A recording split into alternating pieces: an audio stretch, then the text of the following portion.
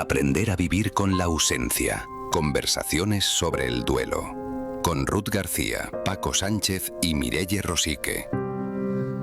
Durante gran parte de nuestra vida, la muerte es una idea lejana, una palabra abstracta, algo que les ocurre a otros, ¿no? Pero hay un momento en el que deja de ser una posibilidad difusa y entra en la realidad con nombre, fecha, diagnóstico o pronóstico.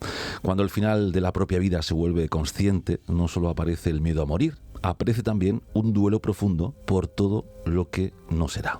Hoy hablamos de ese duelo del que se habla poco, el duelo por la vida que se va terminando, por la pérdida de autonomía, por las emociones que atraviesan no solo a quien lo vive, sino a toda la familia, y por la necesidad, a veces urgente, de pensar en el legado. Nos acompaña una vez más Mireia Rosique, especialista en procesos de duelo, que trabaja con personas que se enfrentan a pérdidas límite, la pérdida del cuerpo, del tiempo, del futuro imaginado, y también con quienes se preparan para despedirse de la vida. Con ella vamos a hablar hoy qué sucede cuando la muerte deja de ser una idea abstracta y se convierte en una realidad concreta. Hola Mireia, bienvenida. Hola, gracias de nuevo. ¿Qué ocurre emocionalmente cuando la muerte deja de ser algo lejano y se instala en la vida cotidiana de una persona? ¿Se puede hablar de un duelo anticipado por la propia vida? Hombre, vamos a ello, ¿no? A esto, porque normalmente solemos vivir de espalda, ¿no? A la muerte, sabiendo que es la única certeza que tenemos, pero vivimos de espalda, porque pensamos que somos, y eso nos hace vivir, ¿no? De pensar que somos eternos. Pero un día no lo estamos. Y el duelo por la propia muerte quizás será uno de los duelos más difíciles, pero más sagrado que podemos hacer en nuestra vida, que el ser humano puede hacer. Es el proceso de despedirnos del mundo, de nuestros seres queridos y de uno mismo. Y intentar no hacerlo con amargura, sino con esa intención de cerrar como el último capítulo de la vida y hacerlo de la mejor manera posible. Así que,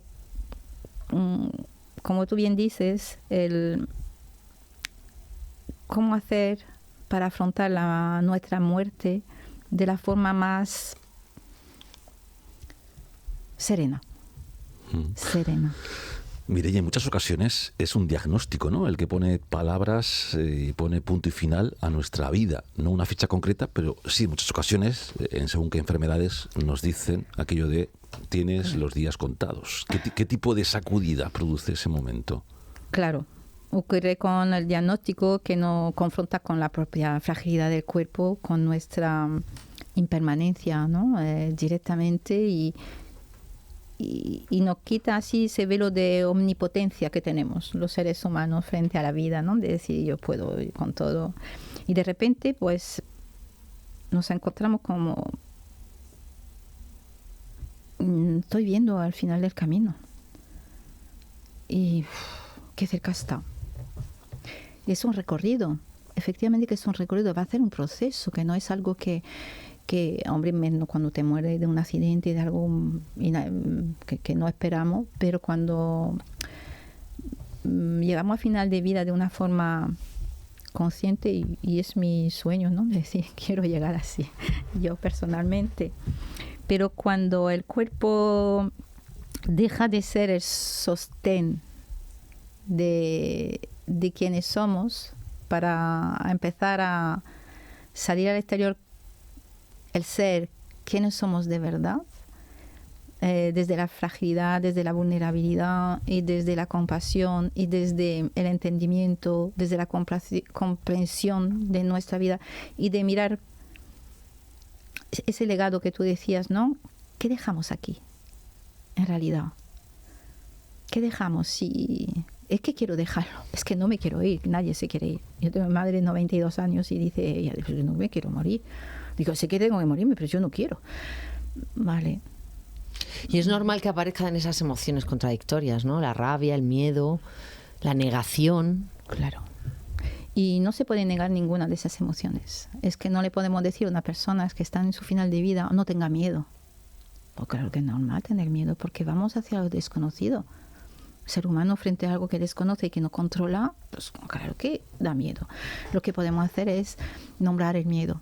decir, pues, ¿de qué tiene miedo? ¿Qué es lo que es? ¿No? Y no, pues cada persona tenemos nuestro propio miedo y vamos a contestar a lo que venga. No sabemos lo que hay del otro lado, pero sí que le podemos dar como certeza a esa persona, por lo menos desde mi forma de ver cómo se debe acompañar y cómo pienso acompañar o pienso que acompaño. Es decir, yo voy a estar aquí hasta el umbral, pero hasta el último milímetro del umbral donde tú vas a llegar. Yo no te puedo acompañar del otro lado porque ahí no puedo pasar. Mireia, a lo largo de tu carrera profesional te has encontrado con personas que sientan alivio a la hora de cuando saben que se van a morir, porque no sé, están pasando por una enfermedad que les produce dolor, que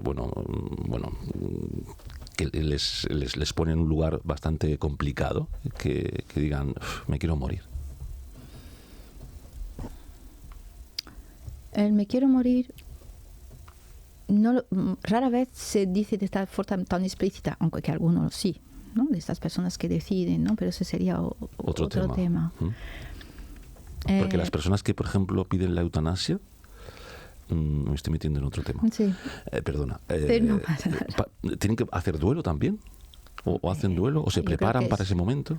Son personas que están haciendo el duelo de su vida y quieren mantener.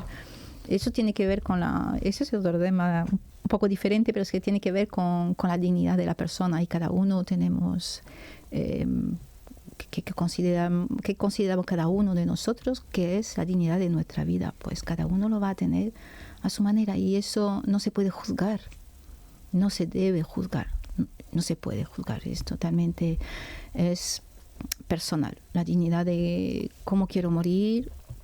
Alguien que sabe, por ejemplo, hay enfermedades que se sabe cómo se va a morir y se sabe el sufrimiento y se sabe que va a dejar de respirar y que el riesgo es que o te ponen una traqueotomía o dejo de respirar y entonces hay gente que dice, yo no quiero pasar por esto. Y tiene derecho. Bueno, puede ser un tema, Ruth, para otro día, para ¿no? otro, hablar de este para asunto. otro programa, efectivamente. Para reconducir un poco el tema que nos ocupa. Sí. ¿Cómo conviven las emociones de la persona que se enfrenta al final de su vida con las emociones de su familia, ¿no? Porque a veces se protege más a los demás que a uno mismo. Hace poco hacíamos un programa especial con el tema del cáncer, y decía un enfermo de cáncer que cuando le dieron a él el diagnóstico no pensaba en él, sino pensaba en su familia, en proteger a su familia. No, que yo estoy bien, ¿qué tal? Dice, yo sé que no tengo tratamiento y que me voy a morir, pero no quiero que mi familia sufra. Ahí estamos. Cuando al final de vida hay una especie de silencio que se instala, ¿no? Hay un momento en que cuando realmente se ve que no va a haber cura, que sí que vamos al final de la vida, hay un momento que todavía no es demasiado tarde y no es demasiado temprano, pero no sabemos muy bien, ¿no? Es como ese momento de oro donde hay que hablar. Hay que hablar de lo que incomoda, hay que hablar de esa muerte. Porque ese silencio, esta conspiración de silencio que se instala justamente por lo que tú dices, de parte de la persona del afectado, pues porque no quiere que los demás sufran, no lo quiere hacer sufrir, y por la parte de la familia no quiere que sufra, pero son los miedos de cada uno. Entonces, cuando podemos hablar de los miedos, ahí ya los miedos bajan, porque cuando los nombramos ya todo vuelve a su sitio, ¿no? Diciendo, no significa que van a irse los miedos, pero sí que están más controlados, ya están hablados. Cuando se habla de algo, ya tiene menos peso. O sea, hablar de la muerte puede ser paradójicamente una forma de cuidar la vida que queda, ¿no? Totalmente. Hablar de la muerte y de ese tiempo que tenemos antes de morir. ¿Qué vamos a hacer con ese tiempo? Y es ahí donde creo que es importante. ¿Qué hacemos con ese tiempo? Pues el que se va a morir es intentar ensanchar, y que todos vamos a participar de eso, ensanchar esos momentos, ponerle la verdad, ponerle la autenticidad, limar cosas que ya no tienen importancia, pedir perdón si hay que pedir perdón, hablar de las cosas que queremos dejar, también contar diciendo, bueno, yo esto que me gusta mucho, mis libros, por ejemplo, a ti te quiero dar esto, y hacer una distribución, pero así desde la desde el amor, desde el porqué, y explicar y dar significado a esos momentos, darle significado. Por lo tanto, cuando el tiempo se percibe como limitado, cuando sabemos que la muerte está muy cerca, aparece la pregunta por el legado. Sí. ¿Qué dejamos cuando nos vamos? Sí. El legado es algo mucho más, es algo que es más allá que lo material. Que estamos hablando, cuando hablamos de legado, muchas veces pensamos herencia, ¿no? Eso no tiene nada que ver. No tiene nada. Eso es otro tema. Claro, pero a veces el legado es un poco así, somos una sociedad muy materialista y las palabras legado van por ahí, pero no tiene nada que ver. El legado tiene mucho que ver con la huella emocional que dejamos en el otro. Con saber que vamos a seguir viviendo en el recuerdo, en la palabra, en la comunicación entre nuestros seres queridos hablando de nosotros, que vamos a seguir viviendo en el corazón de nuestra familia. Y esto es... ¿Y cómo vamos a seguir viviendo con lo ¿Qué huella hemos dejado? ¿Cómo les hemos dejado a ellos? ¿Cómo los hemos cuidado esos últimos momentos? Porque no es cuidar desde los cuidadores hacia uno, sino también desde el que se va, quiere dejar un cuidado. Y dejar ese cuidado es ese legado de amor, diciendo gracias por todo, por lo que sea que tenga que agradecer, pero gracias por la vida, por tu presencia, por haber existido, por lo que me has enseñado, por lo que me has permitido ver o permitido enseñar, por mi lugar en tu vida, por tu lugar en la mía. Mucho que agradecer. Y todo esto ayuda para el que se va, irse tranquilo, sereno, y también ayuda para los que se quedan para iniciar el duelo posterior, ¿no? Y de una forma tranquila, ¿no? De una forma más serena, con esa sensación de lo hemos hecho bien, lo hemos hecho bien. Y le he dicho todo lo que quería decirle y he podido despedirme. Eso no va a quitar dolor. No quita el dolor del duelo, pero sí que quita culpa, remordimientos, cosas así, porque todo esto está aclarado. Entonces se queda, el dolor sí que se va a quedar y todo el tránsito del duelo lo vas a tener que recorrer de todas formas. No te va a quitar el dolor, porque cuando mucho amamos, pero ayuda a eso, ¿no? Ayuda a tomar la rienda, ¿no? Tanto para el que se va, porque el que se va también tiene que tomar la rienda de su morir, de su proceso, de irse. También tiene que decir qué es lo que quiere, cómo se quiere morir, qué es lo que no quiere. Puede decidir hablar con cuidados paliativos, que para eso están también, hablar con la persona, si tiene la capacidad y puede entrar en este diálogo. ¿Qué quieres que hagamos? ¿Tú quieres una sedación? ¿Quieres ser consciente hasta el final? ¿Quieres dormirte y ya está? ¿Cómo te podemos ayudar? ¿Qué es lo que quieres? ¿De qué te da miedo? Y asegurarle que no va a haber dolor, porque creo que lo que más miedo da es el dolor. No queremos morir con dolor. Estaba pensando en ese momento, lo que debe ser, pues eso, dejar las cosas medianamente no organizadas, quedarte tú tranquilo si estás enfermo y sabes que te vas a morir, saber cómo se queda la familia, saber cómo quieres morirte, y entonces llegar a un punto en el que ya se deja llevar, ¿no? Claro, eso ya se puede decir que se muere tranquilo, ¿no? Sí, porque ya al final es soltarse, ¿no? A la vida. Yo diría que eso es morir con autonomía. Hasta el final. Porque eres dueño de tu vida. Hasta el final. Y ser dueño de nuestra vida es súper importante. Y es verdad que después hay un momento que, pues ese proceso de morir, ¿no? Que empezamos, pues, igual que nacemos solos, entre comillas, pero acompañados. Nos morimos solos y nos afrontamos ese trance solos. Entonces empieza esa despedida del cuerpo, ¿no? Esa despedida que el cuerpo ya pues deja de comer, no quiere beber, no quiere hablar. Conecta con el entorno y poco a poco va desconectándose. Aunque abra los ojos, pues sigue como estoy aquí pero no estoy. Empiezo a conectar con otras cosas que a veces dicen que empiezan a ver, ¿no?, personas que vienen a acogerlo para pasar el umbral. Muchas veces pasa, ¿no?, que nombran a personas que ya han fallecido, mamá, papá. Pueden ver un perro que han perdido, puede ver un hijo que han perdido y que les acompaña, y esto ayuda también. A veces asusta el entorno, pero si conocemos que esto es un proceso normal, que eso ocurre y ayuda, ¿no?, diciendo, pues es que no se va a ir solo, yo voy a acompañar aquí el cuerpo, y voy a estar porque necesito, yo voy a... Pero no se va solo, no va a cruzar solo. Si alguien nos escucha hoy, Mireille, y vive este duelo por el final de su propia vida, ¿tú qué le dirías?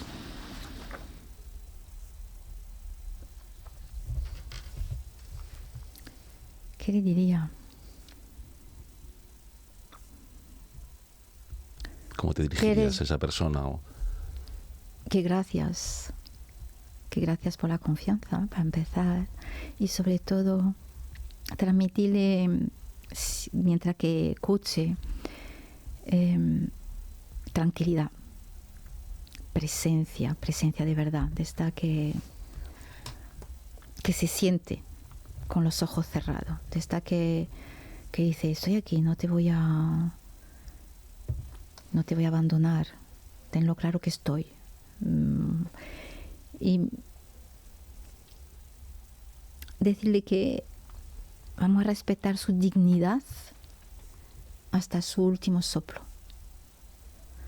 que vamos a hacer lo que él quiere para estar, como quiere que se vea, como quiere que se mire, igual para su entierro podemos hablar, ¿no? ¿Qué quiere ponerse? ¿Qué quiere? ¿Cómo se quiere peinar? Si se quiere peinar, si quiere que lo vean, si no quiero que lo vean. Todo esto ayuda a la persona a irse con tranquilidad, porque es que yo voy, iba a decir controlar, pero no, voy diciendo que es realmente lo que quiero ser al final de mi vida. Y ¿cómo quiero pasar el umbral? ¿Acompañado? ¿Solo? Ser consciente que voy a caminar solo, ese último paso, ¿no?, para pasar del otro lado, pero saber que habrá amor en mi entorno, protección, amor, sentir que van a estar, que me van a amar y hasta el último momento, y que se vaya a ver que tú te vas desprendiendo, ¿no?, en ese camino de final de vida, te vas desprendiendo de las cosas, de lo que ya no es importante, de tus títulos, de quién era, de tu trabajo. Todo esto lo vas a desprender y solamente te vas a llevar con la maleta más ligera. La maleta más ligera, que es el amor. Todo el amor que tú has dado y todo el amor que te ha acompañado. Y yo creo que eso es lo que da tranquilidad para irse. Nos vamos con el amor. Y lo que menos pesa, más ligero nos lleva para viajar. Es un viaje... El último viaje tiene que ser ligero, de bagaje, ¿no? De cosas. Bueno, pues hablar del final no acorta la vida, a veces la ensancha, y nombrar el miedo, la pérdida y el amor puede ser una forma de vivir con más verdad el tiempo que queda. Gracias, Mireille Rosique, una vez más por acompañarlos en este lugar tan delicado y también tan humano. Gracias a vosotros. Gracias, Mireille, por este espacio. Gracias.